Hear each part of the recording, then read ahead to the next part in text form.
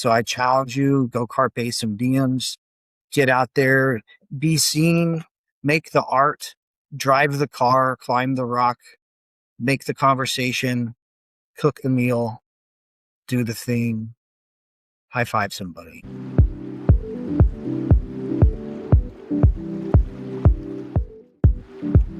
Hey, everybody. Welcome to my show. My name is Tiffany, and this is Unveiling Journeys. I have a great show for you today. I'm pretty excited about it. Can I just tell you 1 second about me?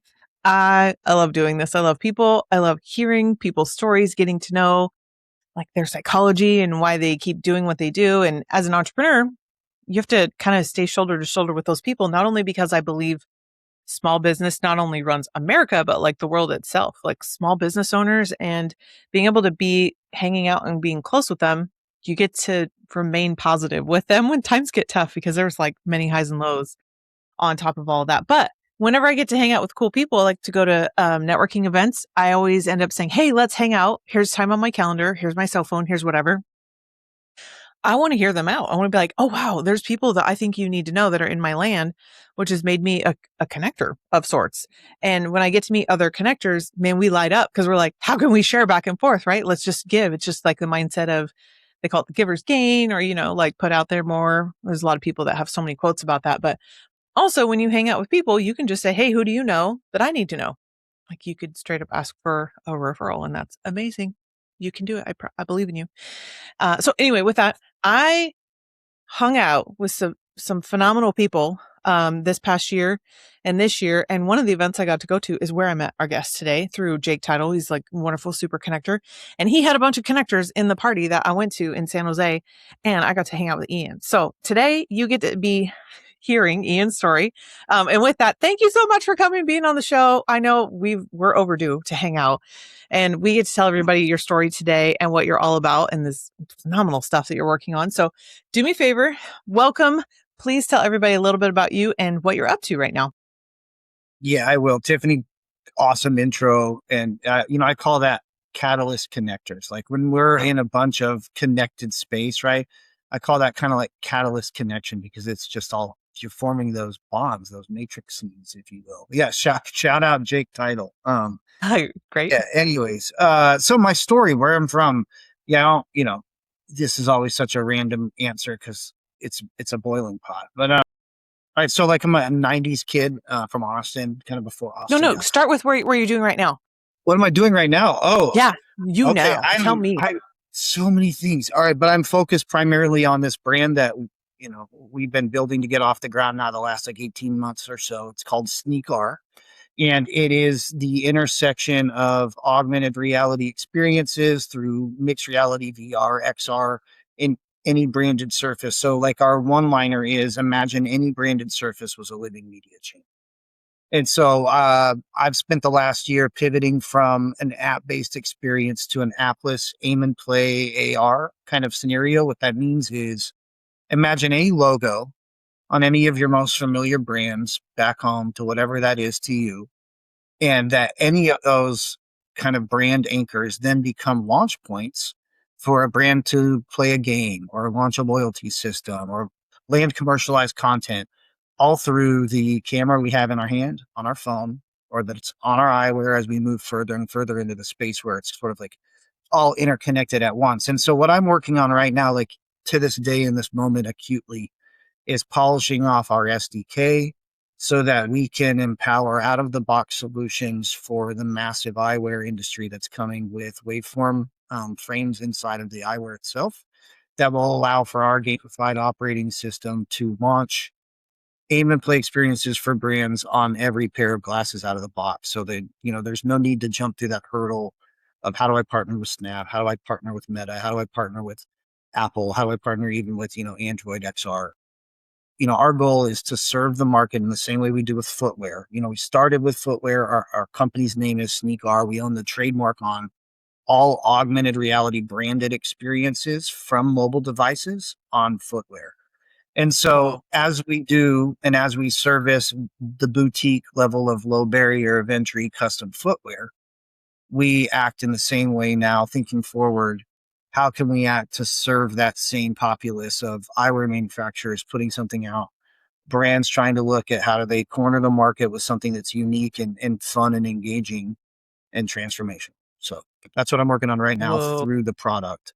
And there's a lot to unpack on how we've gotten there, but So much stuff, that's what because I'm this doing is right now. so cool. This is like mind bending, mind blowing. Like, this is something people don't even understand, like AR itself, like being able to have That's true. reality in glasses and knowing, I mean, they're already in a little bit of hot water for like what they were doing with it, but like, as long as we get cool, it's going to go that direction.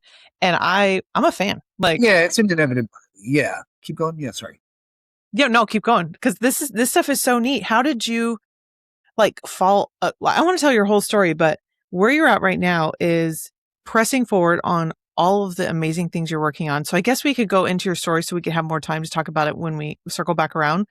Because I have so many questions about this and I want to talk a ton about it. So let's go over your story. I want to All talk right. about like how we got here. Where are you from?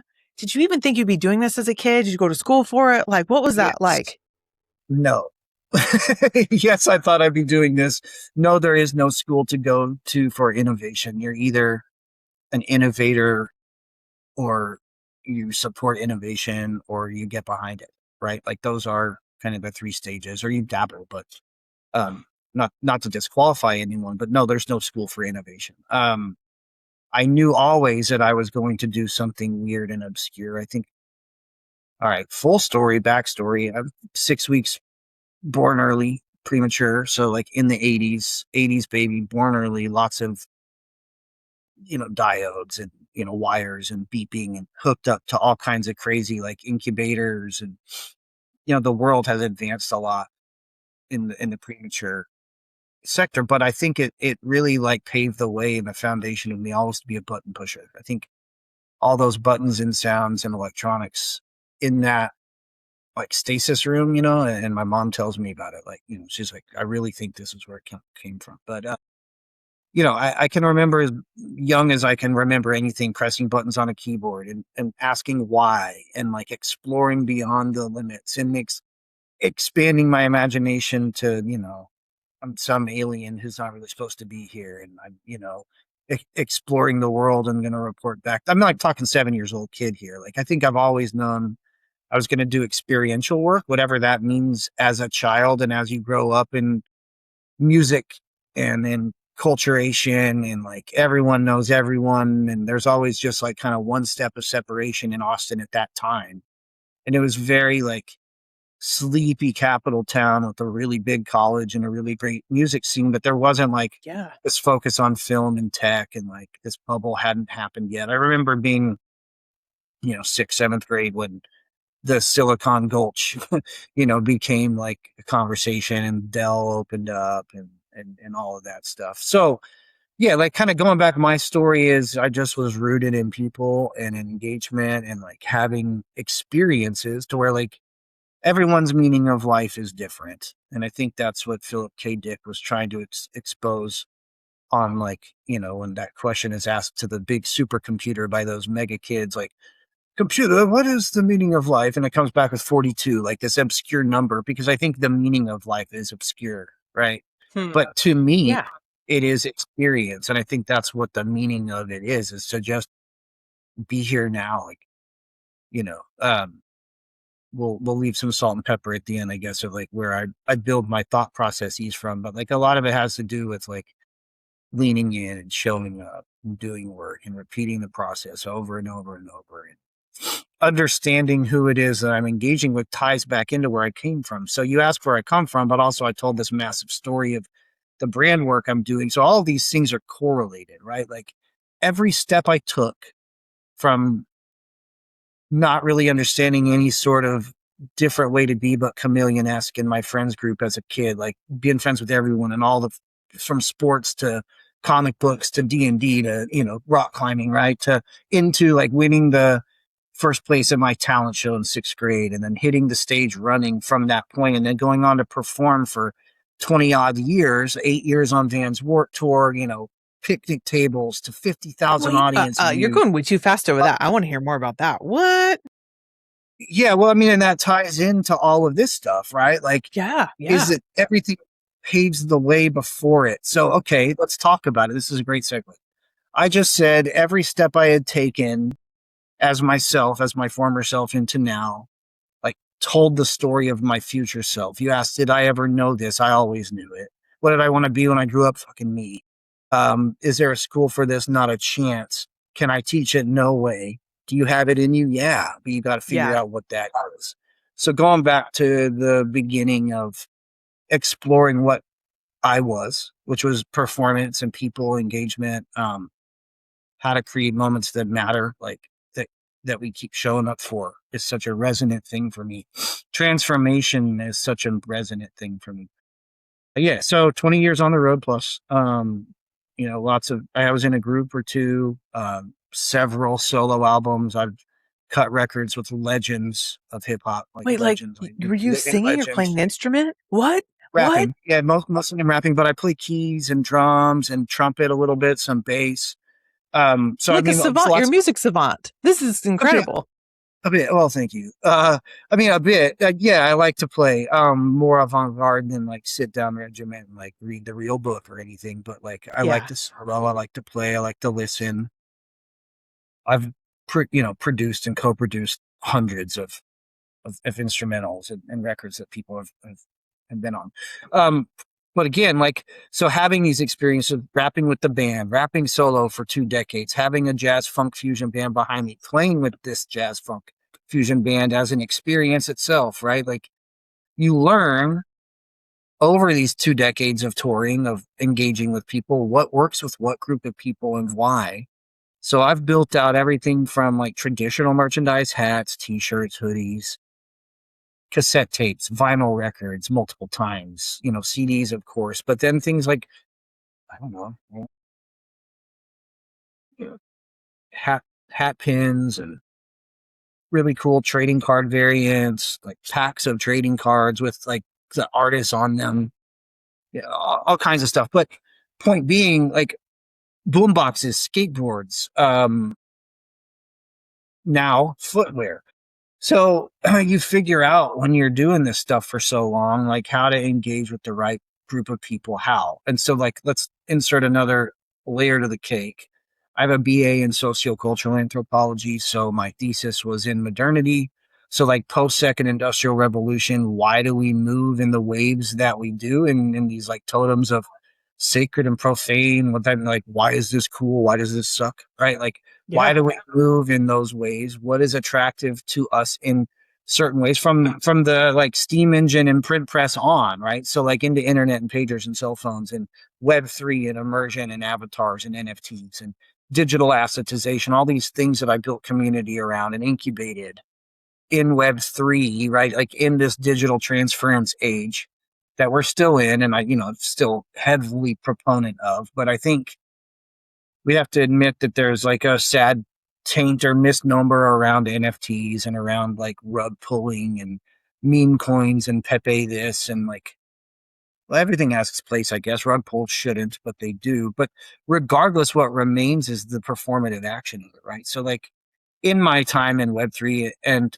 I don't know if I spent enough time on the Warped Tour music stuff for you, if you want me to stay on that or, well, okay, It's so look, fun. I mean, it's a blip in your story. I mean, but that influenced you massive. I mean, to it's not a blip. It's a massive, massive culmination of time. I mean, you're talking 20 years. I have raised 2 children in that period of time, or I'm raising one and have raised one into adulthood, and massive deep relationships and experiences beyond that, like 15 years in healthcare IT, working a vocational position amongst all of this stuff. So I am enigmatic in that sense that these things led to experience that have led to the foot after the other, the foot after the other. All this revolves. Time is like this infinite circle, right? Like, so they all lead to these things, but where I started once and where I am now, it's not a linear point. These things like co-align because it's circular. So like you think about the planets revolving, you think about the magnetic pull on both directions and why Lima, Peru and Los Angeles are similar in, experience climactically. And these are the yeah. things that I think about as time interpolates and people come and go in our lives. And these moments that exist, like my time on the road or Vans Warped Tour or, you know, time as professional and professional services. All of these are like these like lineups in the revolving, circle of it all. So they all build to this thing. Every one of it has had a moment to build me now. So it's all living and fluid. I digress. So the time spent on tour was not a blip. It was great. And it helped Yeah. build out my drive to want to build these moments in Web3. So like that's fast forward 2019. It might have been January 2020. Shout out my homie Alex Lewis. He's a major guy at Dojo S now, but he was a Solidity developer at that time doing Ethereum smart contract work. And, he was like, dude, I know you just broke these great milestones with Spotify and, you're working on this awesome album. That's great, but pull it all, like tear it all down, rebuild, put it all out as NFTs on Audius. Audius was just forming at that time. And he explained Satoshis and validation and, cryptography and, secret keys and wallet ownership. And also, that Charlie Day GIF where there's like calculus going on and his head's going crazy and he's like, Yeah. Yeah, it was like that, but it all stuck like enough to where I got it at least. So anyhow, I did not pull it all down at that time. I went on to release a whole nother record before I really was involved into putting things out in that way. But I did take from that and start building into crypto. And I joined a couple dev teams doing experience design. I found the Wax blockchain, which, shout out every OG Wax fan out there still hanging in there doing it. The chains have all gone through massive, reformation. And Wax is a collectible blockchain, and it allows you to own assets and, put meaningful use behind it, performative use case, tokenomics, whatever you want to call it, things that do a thing for collecting a digital asset, whatever that thing is, whether it unlocked a game or gave you further digital collectibles or dropped tokens in your wallet, or in my case, Phygitality was such a big factor when I was working in Web3 that I started building out these scavenger hunts digitally. Like if you went and collected all these packs that I put my music out on, music videos, variants of my songs, you would be able to redeem those and still can to this day. Like you can go out and find all my collections as Muenster or Muenstervision and like go and do this scavenger hunt. I'll mail you a record or a cassette tape or, a hat pin or a poster because there's something really uniquely meaningful about that reaction time, and like spending time inside of a moment a little longer than a doom scroll, right? And so ipso facto SneakAR brands, why shoes, why footwear? Well, shoes are a 12-hour media channel on your feet at all times every day. Like you don't want to walk into the person in front of you, to the left of you. They're an intriguing thing to see, especially if they're designed well. So like design aesthetic really has a lot to do with it. But I mean, the footwear industry alone is, $40 to $80 billion, industry globally, depending on the swing at any given time. It is a massive, massive thing to be a sneakerhead or collect footwear. It's a part of your whole identity, right? Head to toe. How are you going out the door?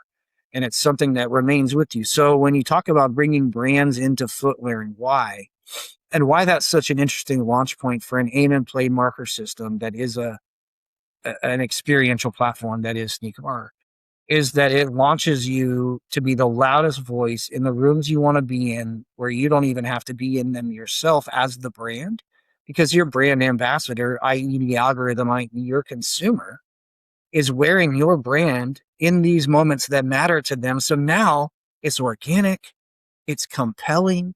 You've got the emotion economy at play because people are proud to be wearing these things. But wait, there's more, right? Is that like these things come alive. You scan it with your camera, your eyewear, and now you're in the world, right? So let's talk about perpetual use. Like remove games and fun and whimsical. The burdensome nature of showing up at an expo, at a Coachella, at a World Cup event, at any sort of networking type thing with a table, with a booth, with a banner, with things, registering with the support company, who's handling logistics, who's got electronics, do I got to get internet? My Lord. Imagine and not imagine hyperbolically, but imagine that with something this simple, right? That these become drop points for our aim and play technology that allows any brand with something as minute as a hat pin or as large as a massive billboard at a ballpark to create these moments that create dwell and ripple and journey tell for their users and hopefully convert new users into all of these kind of moments that are commercialized, but in a way that feels shared. And these shared moments and these shared experiences lend to so much more when we do them. All right. Anyways, I'll stop talking now. Here's the microphone. No, it's so good. I love all this stuff. This is something I can tell you're never going to quit, never going to give up, but like, it's still a lot of work. Like when we talk, you're like, I'm doing this and this and this, but like, why do you keep showing up? Why do you keep doing what you do? For everything, you know?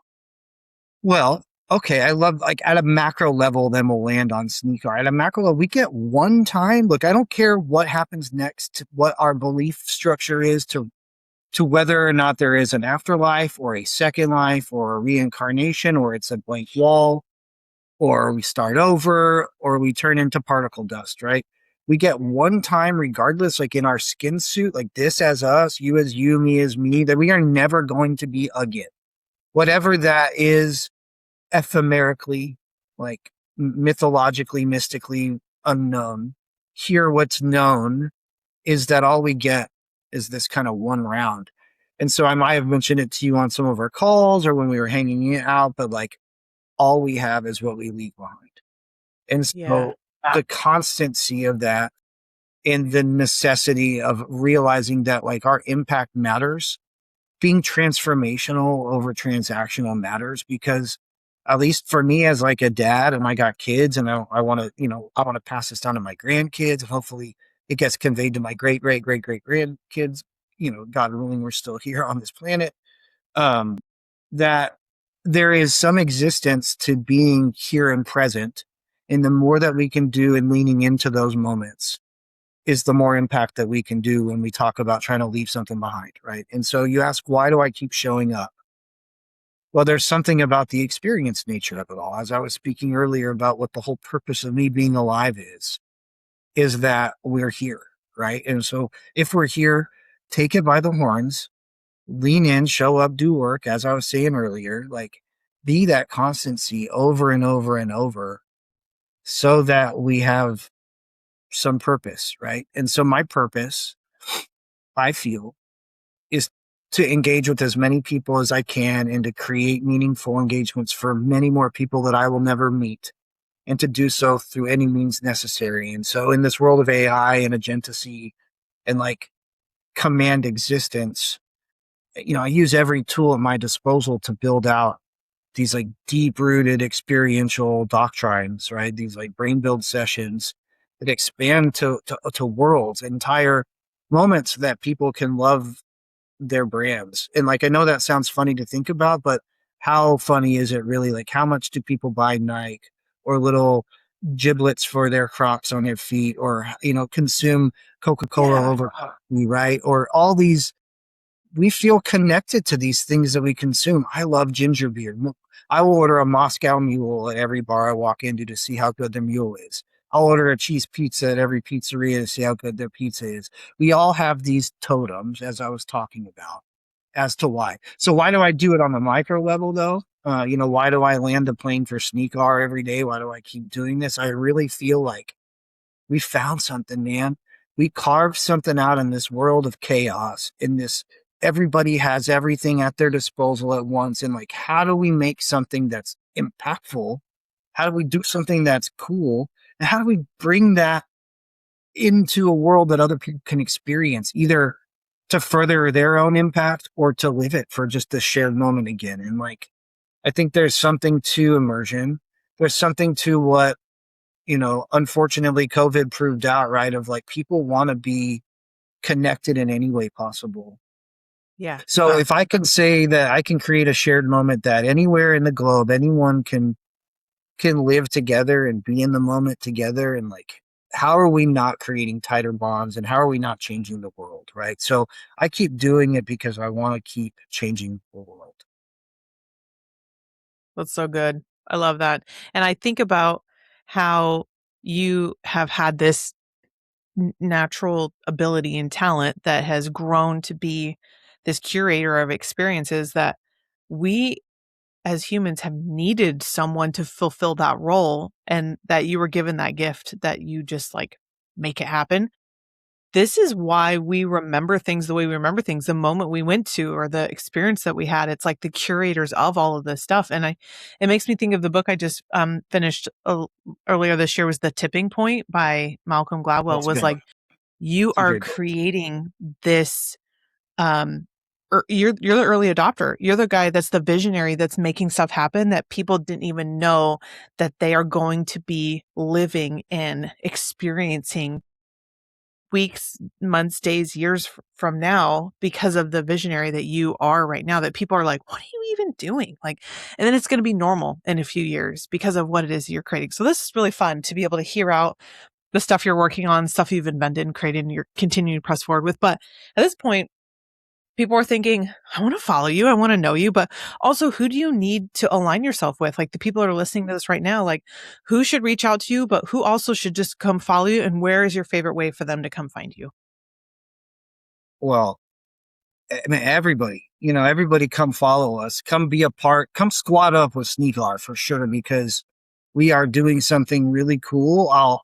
Like, to you, the consumer of the world, what do your shoes do? Like, I challenge you to ask that question. If you're a sneakerhead out there, why not be a SneakAR head, right? Like, come be and live in a world where shoes are the entry point into a world of immersion. So like at a consumer level, that's why I think come play our games, come step into our holodeck, use our mocap system, come augment your reality with our cameras, like come and play in our sneak arcade. Just come and learn what we're doing.